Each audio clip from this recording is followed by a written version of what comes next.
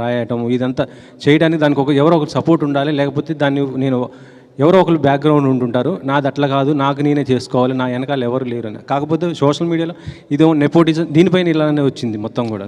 ఇప్పుడు మీరు మీ father జర్నలిస్టా are మీరే ఫస్టా? నేనే ఫస్ట్.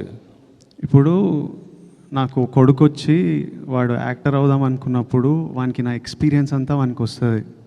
అది వాని అదృష్టం, వాని తప్పు కాదు. వానికి నేను సినిమా ప్రమోట్ ఎట్లా చేయాలో, స్క్రిప్ట్లు ఎట్లుండాలో, ఎలాంటి టెక్నీషియన్లు ఉండాలో, ఎవరు మంచోలో, ఇవన్నీ నా లైఫ్లో నేను నేర్చుకొని ఆ జర్నీ వల్ల నాకు ఎక్స్పీరియన్స్ వస్తుంది. అది నా చుట్టూ ఉన్న వాళ్ళకి, నా కొడుకు వాడు యాక్టర్ అయితే వానికి పనికి వస్తుంది. అది వాని అదృష్టం. ఆ అదృష్టం నాకు లేకుండే. So what I'm saying was that I had to figure. నేను నేర్చుకోవాల్సి వచ్చేది అన్నీ.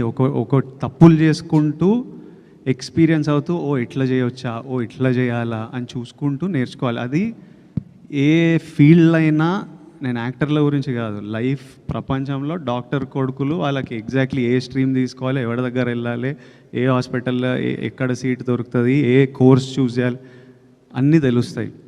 ఎడ్యుకేటెడ్ పేరెంట్స్ ఉంటే అదొక వాళ్ళకు. ఇప్పుడు జర్నలిస్ట్, మీ కిడ్స్ జర్నలిస్ట్ అవ్వాలంటే ఎగ్జాక్ట్లీ మీరు గైడెన్స్ ఇవ్వగలుగుతారు. అది నేను చెప్పింది.